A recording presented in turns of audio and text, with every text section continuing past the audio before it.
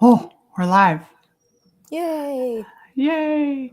Hello, everybody, and welcome. My name is Allison Crow, and I'm a life and business self leadership coach for small service based businesses. And today I wanted to share this live stream was genuinely impromptu created last week before I went out of town in a moment, not just a moment, but at the height of a moment where I'm just feeling so much gratitude for Heather, who is my publisher and my coach, and has been holding me in the process of writing my book.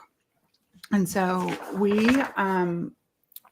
my book comes out December 6th, and it is in the publisher's hands and her team doing all the things that they do before it gets left to the world. But my writing process is complete. And if you're a coach or in the online world, if you're in the online world, that's how you're seeing this. You probably see all sorts of promotions and write your book in a weekend. And, there's a lot of support out there for writing a book. But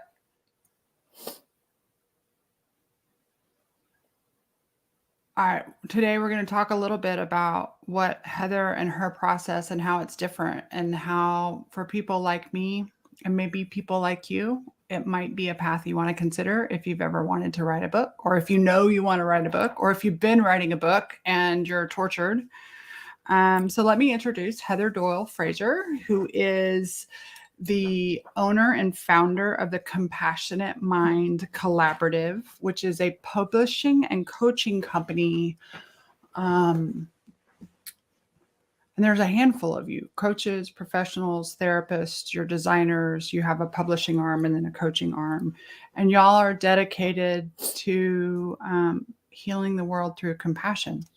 So, do you want to Yes. share a little bit about your company first? Yeah. So I believe that compassion can heal the world, and I want to do my part. So I integrate compassionate strategies and skills into my coaching, and I want to put books out into the world that have a compassionate message that will help people. And just so we're all on the same page with what compassion means to me, I think that there's a lot of different ideas about what compassion is. And so I am ascribing to the definition created by Paul Gilbert of the Compassionate Mind Foundation out of the UK. Mm-hmm. And um, compassion is the willingness and the ability to see the pain and suffering in ourselves and in others, and then the motivation to do something to help prevent or alleviate that suffering. So when I first started going into this compassionate mind world, I went to a couple of summits, and which were basically long intensives. And I felt like I integrated compassion into all of what I was doing already, and I did. But this Compassionate Mind Foundation gave me a lot of language around things that I didn't have prior to that. And also the background and the evolutionary perspective around why this is so helpful and needed for us as Mm-hmm. humans. And when I first heard Paul Gilbert talking about how he came to create compassion-focused therapy and compassionate mind training, he was talking about the fact that he saw this deep need for people, and especially those who have a lot of self-criticism, doubt, shame, um, anxiety. And I was like, hello, writers, this is our thing. This is Mm-hmm. for us. So I immediately started taking some more trainings and really integrating that into my practice. And that was a few years ago. And that's what led me to the place I am now. So I have a number of different ways that I work with people, always integrating that compassionate practice. And it isn't just for my authors and clients. Mm-hmm. It's also for my team and for me. Mm-hmm. So I came from the traditional publishing industry, and there's not a lot of compassion there. I was going to ask you to go back a little bit further before what you're doing now to this other world, in a way that feels appropriate to you. Can you speak to what's missing in traditional publishing? Yeah, I think that compassion is missing. I don't think, individuals have compassion, obviously, but I think as an industry, it is kind of the opposite of a compassionate haven. It's not a compassionate haven.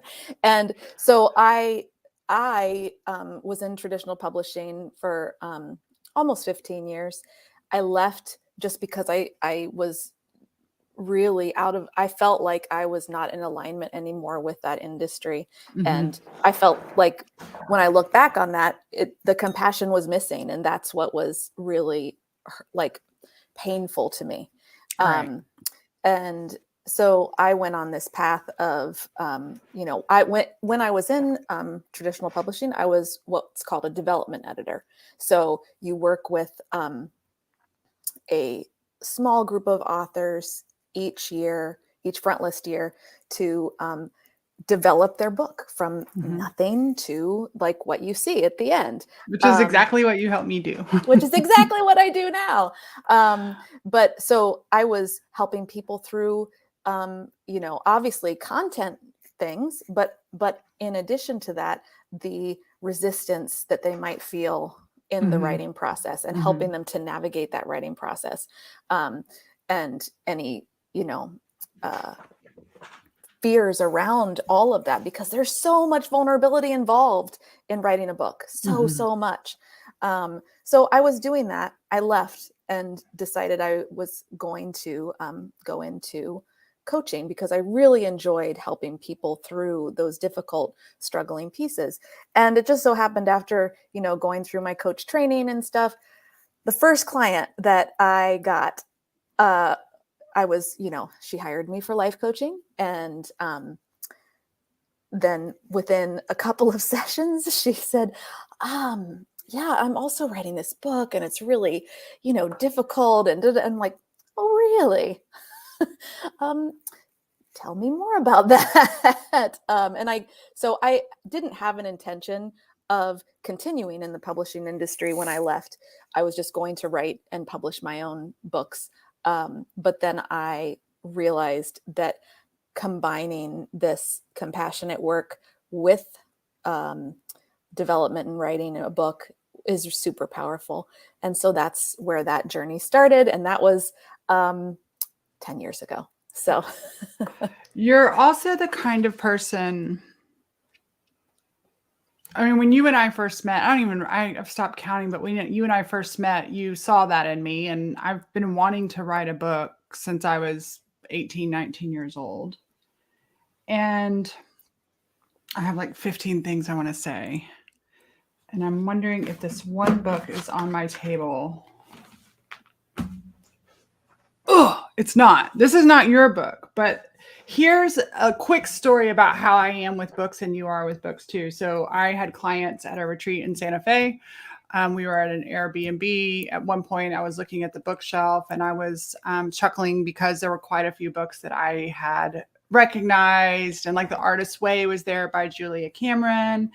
And there was an older, well-worn book called The 7 Essentials of Spirituality. And I pulled it up and the pages had yellowed. And on the front, there was a piece of paper and it had taped on it. It said, "To Kateri from Chris."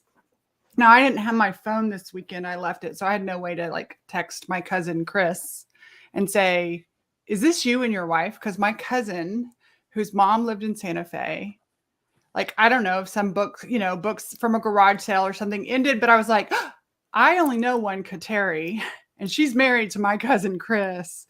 And so that was kind of there. And I was like, oh, I really want this book. We were about to leave. And I was like, I can't steal a book from an Airbnb. And so I started reading it. And it was just like that book was like, I'm your book. And so, yes, I'm going to get on Amazon and I'm going to replace the book for the owners. But that book was alive for me. Mm-hmm. And it literally said, no, I'm your book. It's okay for you to take me. So I know there may be some ethical stuff with that, but like, that's the thing, the soul of books. And you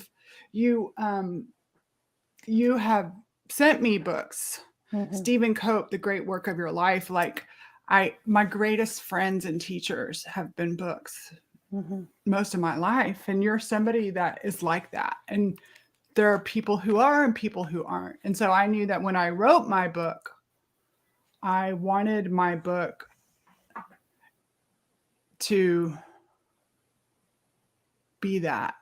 And many years back, I taught a class online called Show Your Heart, Show Your Work. And you were like, hey, this would make a great book. And it would have made a great book. It would have made a great business book.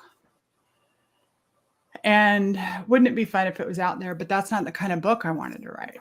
I wanted to write one of these soul enchanting books. And as one of my former coaches and mentors and now current friend, Rich Litvin, always says, no tears in the writer, no tears in the reader. And my God, have I cried writing this book. And it didn't end up where we started. It never does. It never does. I'm so proud of it. I'm so proud of it. Yeah. But it started with your 6-week course. Mm-hmm. And I don't even remember how many years ago I took it. So Heather took it in 2020. Yep. Okay. I didn't, yep. Time, who knows? Yeah, I know. I'd clearly been thinking about it, and I pretty much write every day, but I was like, okay, finally I'm going to take this introductory course, 6 weeks. I'm going to trust Heather's process. And then after that, I can't say that I wrote anything that's in the book now. I don't have any memory of that, mostly because obviously the last 7 months have been really intense in finishing this book. But I do remember it was in November a couple of years ago. I knew that I wanted the whole guacamole of support that you and your company offered. Mm-hmm. That's not the path for everybody. You have different ways of working. My husband has published 4 books, self-published, and I knew I wanted to have a publisher and the support of the publisher and the publishing team. And so you and I have worked together very closely, both individually and with groups that you have, which have been my home. But what I love about you is your ability to both be soulful and visionary and compassionate and from the heart and see the big picture, but you're also a strategic genius. And so I think it's real easy to hyperbole and say I couldn't have done this without you, but it would have been really fucking hard without you, because I wanted Heather to help me organize my heart. That way I could stay in my heart. And she did a lot to help me put it in a sequence and a flow. And so she did a lot of content editing, and then she has an editing team and a design team and all these other things. And I'm so grateful to have the full support of what your organization does. And the compassionate piece, because it is so easy to start this journey and quit. Mm-hmm. Or it's so easy out of fight or flight to fight through the process of writing a book. Like, let me go away in a weekend and crank it out and just get it done. And like that literally makes my chest hurt. And so what worked, I will give credit to my friend Mandy, who's also writing a book. And Mandy was one of the first people I met that we've talked about it, and it's just taking a while to really get it the way she wanted. And so it gave me permission to not put a deadline, to actually make it about the process of writing the book, not about the deadline of finishing the book. And I'm so grateful I took however long it took, and that you have taught me how to be a practicer of writing and how to be compassionate along the way. And it's made a huge difference. And so I just want people to know you're out there. I want them to know your work. I want them to know. Those of you who know me know that I had a heart attack a month ago, and I just cry all the time now. I just feel everything. So those of you who don't know, this is who I am now, I guess. I want sweet souls who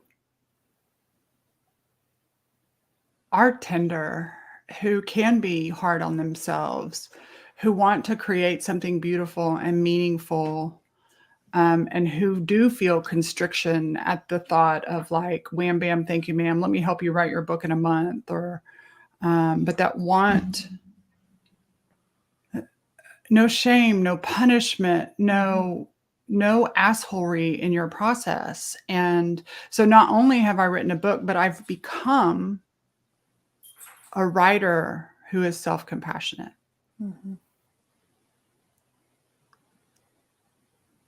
And this might be the only book, or it might be the first. But my identity has become that identity that was born in a 19-year-old's dream. And here she is. Yeah. And you helped me do that. And it was my pleasure. So tell us a little bit about your upcoming course. It starts on October 11th. This is where I started. And actually, some of my peers that were in our first little group, they all published their books this summer too, right? I have a handful of them on my dresser. Like, these are people that we were all starting together, and their books are published, and a couple of them hit bestseller status, and that's super fun. Excuse my dog sneezing. Of the 6 books that I am going to publish this year, 4 I've already published. 3 out of the 4 of those started in the Compassionate Writer program. And it'll be 4 out of 6 once your book published. But that program is the foundation for all the work that I do with one-on-one clients too. So I had this idea back in 2020 that I wanted to create a community, a compassionate community kind of piece for people who were writing a book, because writing is kind of a solitary endeavor, right? And it feels sometimes like you're the only one, because it's not something that everybody does. And you're not the only one. You are not alone in this. And I wanted to create something for people who had that experience, which is everybody that I've ever talked to about writing a book. Right. And, you know, the stuff that I do in this program is what I do one-on-one with people, but it's just in a group setting. Right. We went many times back to the fundamentals. I mean, that's actually a principle that I talk about in my book and in my coaching in my life, and I live from. Like, it's practice and practice and practice, and doing the fundamentals. And fundamentals is not always sexy. It doesn't make great Facebook ads and buy now buttons, but it actually gets you to the fulfillment of if you want a product, but that's the thing. It's more than the product of Right. the book. It's like the becoming also. Yeah. So yeah, I remember you brought me back to some of the primary questions, and it was like, Over and over. oh Right. yeah, Yeah. This oh, is why we I spent forgot time about on that. Yeah. This is, I mean, in my mind, this creates a net. This creates that foundational net for you that you can come back to for any writing thing that you want to do, because it does have all these foundational pieces, and it helps you to be with the process of writing and the practice of writing, even when you don't necessarily feel like it feels good. Like sometimes it feels uncomfortable, and it's okay for something to feel uncomfortable, and like the you don't have to judge that. It has nothing to do with you. It just is Right. sometimes sometimes it's really difficult, and to kind of look at the whole picture and say like, oh yeah, this is difficult today, and I know that this is going to be temporary, and this is worth it to me to stay, because it's something that I really want to do. And it's not just I want to do it, like I have a compulsion almost to do it. That like thing you can't not do. the thing you can't not do. Yeah. And when it comes down to it, I believe that books, writing, it's all about relationship. Yeah. It's all about relationship. And when I look back on, I love books like you love books, like how you were talking about that. I adore them. And I know. And I just had this, kind of realization a little while ago that for me, and I'm always talking about the relationship that when you're in writing process and practice, you're creating a relationship with yourself. You're creating a relationship with your book, with the content, with your experience. You're creating a relationship with your ultimate reader. You're creating relationship around everything. And I realized that when I was growing up, I craved that relationship. That's why I loved books so much, because it provided that relationship to me when I didn't feel like I had it. So like those books were just so important. And I know how important they can be. So because that was my experience, Right, and I like want to bring that book that I saw on that shelf, I could have, except for I didn't have my phone, but I could have popped on Amazon and had a new version of it at home. But that specific book, not just the content inside, but wherever that book has traveled, literally told me, I'm going with you. And I remember at one point I was like, y'all don't worry, I won't steal the book. And then I was just like, it was the thing I couldn't do. It was like, no, that this book is mine. And it was interesting because we had gotten in an Uber. It's really hard to get Ubers and Lyfts in Santa Fe, y'all. And we had the same drivers a whole bunch. But one guy was there, and he I was holding Amber's iPad so that I could text my husband. That was the only contact I had all weekend. And I had the book on it, and he noticed the book. Well, he had run a bookstore for years before he came back to Santa Fe, and he had run a small independent bookstore and had some magic stories about books too. And so I just, even he noticed the wornness of that book and the soul of that book. And I know you've written 3 books, right? 4. 4. Oh, sorry, 4. One with my husband. So Yep. that was a co-written book with my husband. Yeah.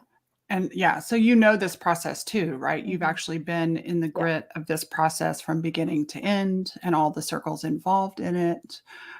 Your company publishes beautiful books. That's one of the things I like is they're not only gorgeous words, but they're beautiful to look at. So I'm excited to be one of your authors. Let me let me pop in the comments, and I'm not sure, we're live streaming this to a couple different places, and I will go behind and make sure the link to that's not right. Give me just a second. Helps to copy the whole address, Allison. Copy.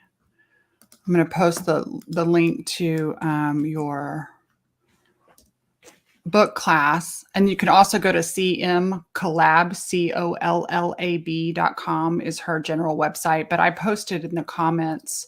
I definitely see that it went up to Facebook, but I'll pop it in at YouTube and I'll pop it in at LinkedIn and on Twitter for people to check it out. I just wanted to encourage. I reached out to SARC today. And when I had graduated from college in 1995, I got in my truck and I drove to Boulder, Colorado. And I was a little Southern Baptist woman who was in a little container here in Austin, Texas. And when I moved to Boulder and I became a nanny, and in my off time, I would go to the bookstore and I would write in my journals and I would buy books and read. And I came across Sark's book. This is the 25-year edition. So 25 years ago, I came across Succulent Wild Woman by Sark. And she just updated with 4 new chapters. She's not your client, but she is a wild woman. And I just messaged her and told her about the cherry that was popped and the seed that was planted this day. And the cherry that was popped was to become a succulent wild woman, not a, for me, not a prim and proper, well-behaved wife for a godly man. And so, right, like, and then I let her know that when I read this book and in color and in her handwriting, it planted a seed that someday I'd like to be able to write meaningful work and let it also be art. And you and me together and your publishing company and your team has helped me do that. And I'm like the Mervyn's commercial, open for December 6th. Yes. And so it's really fun. And that, I think that's why I want, because I know there are people out there that have dreams. And whether you're a 19-year-old and you're just having the first dream, or you're like me, who was 47, 48 years old and like, okay, I'm tired of dreaming. It's time to take the next imperfect step. Mm-hmm. And Heather's 6-week container was the beginning, and look where it's ended. Mm-hmm. Right. And I don't even know that it's ended, but I'm certainly at this base camp of having my first published book. And it all started officially. It started, you were very nurturing before that, but it officially started when I decided, that's actually a chapter in the book, be a decider. I made the decision to bet on myself, and to bet on myself as an author. My first bet was to join your 6-week program. Mm-hmm. Awesome. Yep. Is there any, I don't know, anything else you want to say or share? What kind of writers are work best with you? What kind of writers do you love to work with? I mean, I don't think you're doing research tech books. I know you have done some more academic stuff in the past, and your history is in academic publishing too. Yes, so that's possible. But so tell us about what kind of authors generally light you up and like to work with you. I love to work with people who are writing nonfiction, and, memoir is an aspect of that. But even like, I think your book is a cross, like hybrid type of book, as are many of the books that I publish, which is, part leadership, part memoir, part manifesto, part all the thing. I love that amalgamation of this new kind of genre that is really connected to personal story, but also has this compassionate bend to help lead people. So I love those types of books. I love, we could talk a long time about the books that I love, because I love all genres. I love many, many genres, but I really enjoy working with people who especially, I mean, who might feel uncertain, because I know that especially those people who like have this need to write, Mhm. but feel some doubt, feel some uncertainty, and maybe not all the time. Maybe it's just like a little bit, but I love helping them through the process because it is a um, a navigational kind of thing Yeah. too.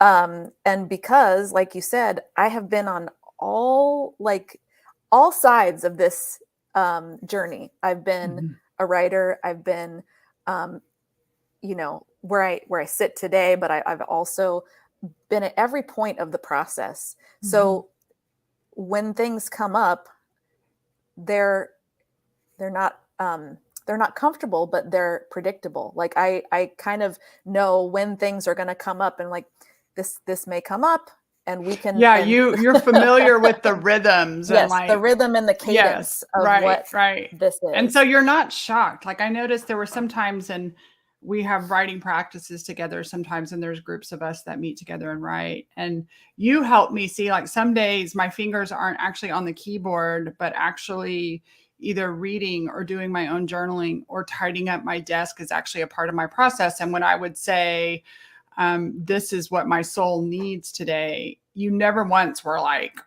shame, blame, and guilt and this weird accountability. Like you're like, that is exactly part of the writing process, right? Yeah. And what I love is that you trusted me. This is something I do in my coaching too. We talked about this weekend is like, I generally do see my clients as able, so I don't need to treat them like a 12-year-old or a kindergartner. I don't need to do accountability. I help them find and trust their own processes. And so I personally, especially having the tender summer that I did, cannot imagine being shoved into sharp containers of somebody's accountability book writing process. Yeah. Yeah. I think I'm sure there's people out there that would love that, but I needed edges, but I needed soft and compassionate edges and landing spaces where I could rest. And then there's these long stretches of sprints that amazing things happened. And so, yeah, if you're somebody out there that's the kind of work that you want, if you want to write your book in a month, no, this isn't it. and it's not that can't be done, but No. that that is like slamming instead of savoring a meal. There's so much to savor in this process when you wham bam thank you ma'am it. You're And gonna miss some stuff. I also think that people don't realize how much they evolve during the writing process. Yeah. Um, there's a quote, and I don't remember who said it, but it was I have to look it up. But like the book that will change your life is the book that you write. Um, so, and I just paraphrase that, but that's essentially what. And if you have been on the writing process for and practice for a long time, let's say you're writing your book over a number of years, which is not uncommon. Mm-hmm. Um, your voice will even change. Your Mm-hmm. writing voice will change. It will evolve because you are evolving constantly, and every single thing that goes into your process is Mm-hmm. in your life. And that's what I believe. Like, I think that every person's voice is unique. I think, and it's because it's from your experience, Right. from your perspective, and your voice will evolve over time. If you're going to write your book in a week, there's not going to be much evolve happening there. um, I think that's real tempting. I'm in the personal development space. I'm in the coaching space. I've been a coach for 18 years. I've been self-employed and for 20 years. And I've been in the, like self-awareness world since I was 19 years old. mm-hmm. And there certainly is, there is this thing as a thought leader, you're supposed to have, like, it only helps you to have a book. And I agree. And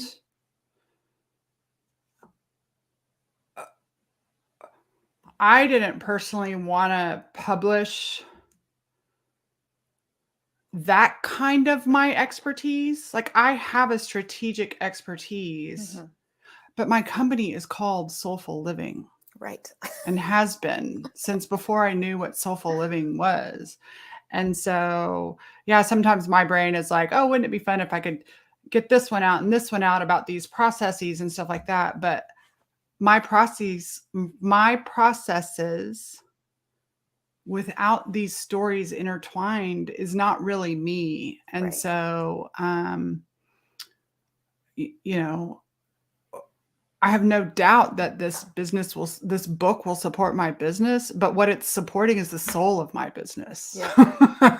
And that's what I want, right? I don't necessarily need it to support the spreadsheets of my business. I have other capacities to do that, but it also, and for me, my particular book, Finding Unarmored, Finding Home in the Wild Edges of Being Human, is a permission book for other humans and also front-facing leaders who, and this is an analogous to the writing process, right? Like there's this way you think it's supposed to be, and the fact is it's really messy to be a human being. Yep. And in positional leadership or in a really tight strategy for writing a book, there's no room for the frayed edges, and there's no compassion for either the frayed edges or for the wild celebrations, right? Like there's another person that in our writer group, and I happen to know them, and 6 months ago they were in the mud, but right now it's like everything is good, and it's like you don't have to hold that back with us. Yep. Even though I'm melting down, I still have the capacity for celebrating everything is wonderful in your life right now, and that your book is firing on all cylinders, and you don't have to, right? Because I think we stay as leaders, as coaches, as human, we stay in the narrows. Yeah. Because the narrows are wink, wink, safe. Yeah.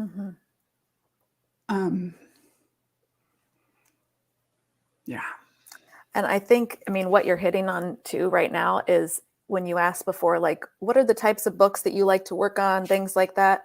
I want to work on the books that are the windows into the author's soul. That's what I want to work on. And some of those have like strategic pieces, but they also have this story aspect that lets you see their humanity. Yeah. And that's I want people to know that, like, you don't have to have this facade. Like, you can be human. And we all need that message. We all need to know that. So that's the type of book that I like to work on more than anything else. Here's the other thing I'll say.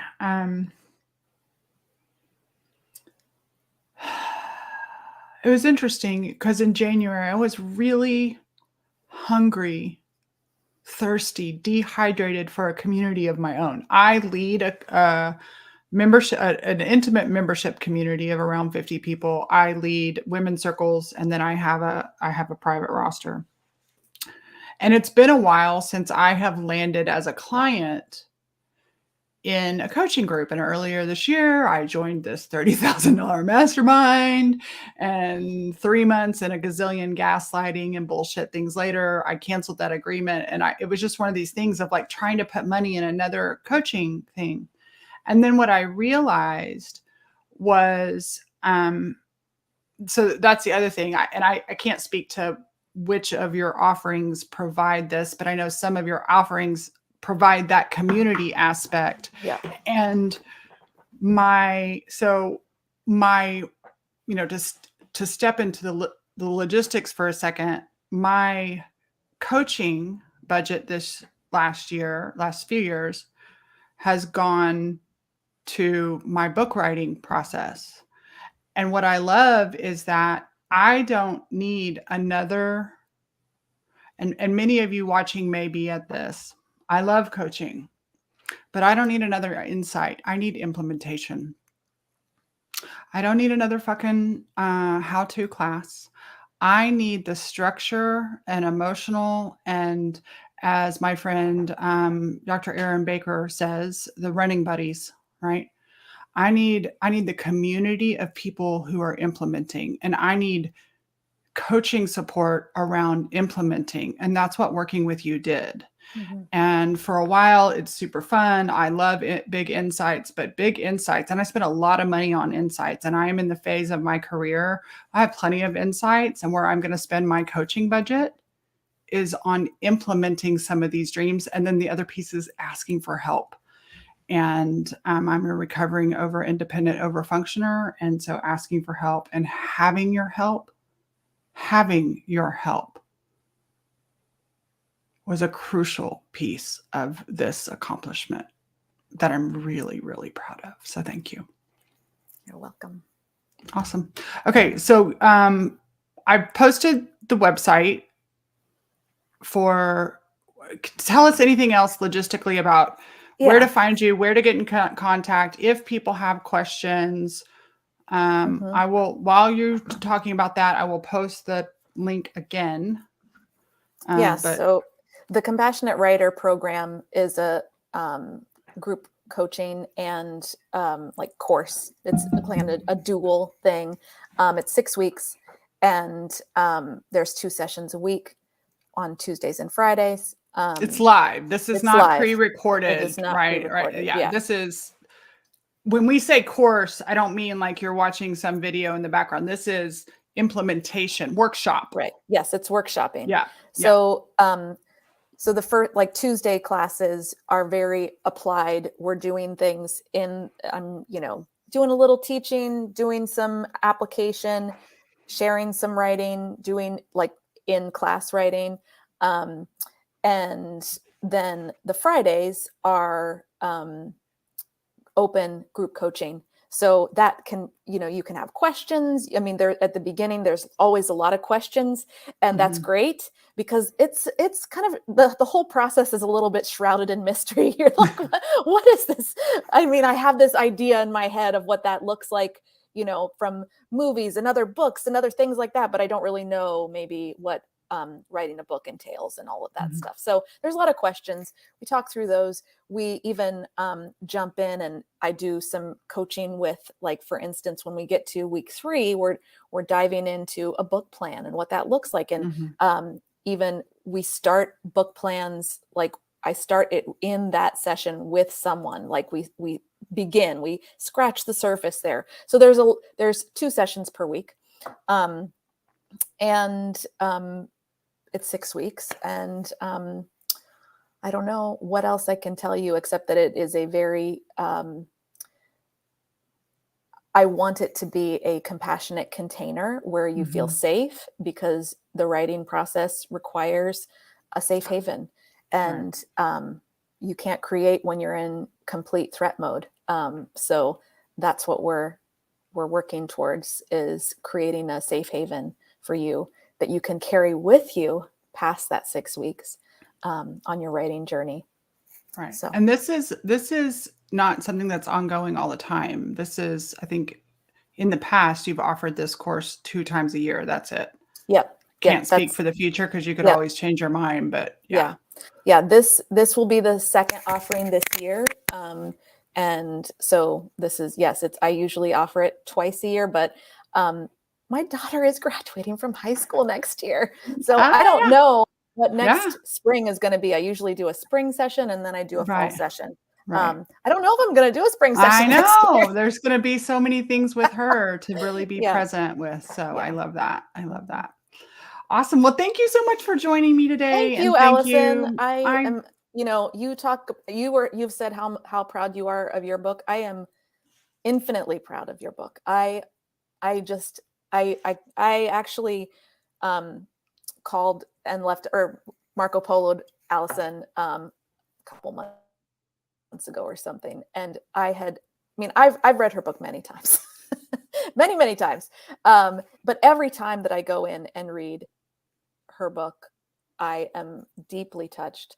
And one of the things, if you know me, you know that I love to reread books. And because it's the relationship that I have with those books and the feelings that those books engender in me. And I told her on that message, I said, I know that your book is going to be one that I reread over and over, even past the however many times that I've already read it. So yeah, I'm Yeah. so I thrilled to can't be wait to hold it publishing your book. in Neither can my I. hands. It's going to be Yeah. exciting. Thank you. Thank y'all for watching. If you have any questions, pop them in the comments and we'll make sure Heather sees them. And yeah, that's good. Thank y'all. Bye, y'all. Thank you. Bye.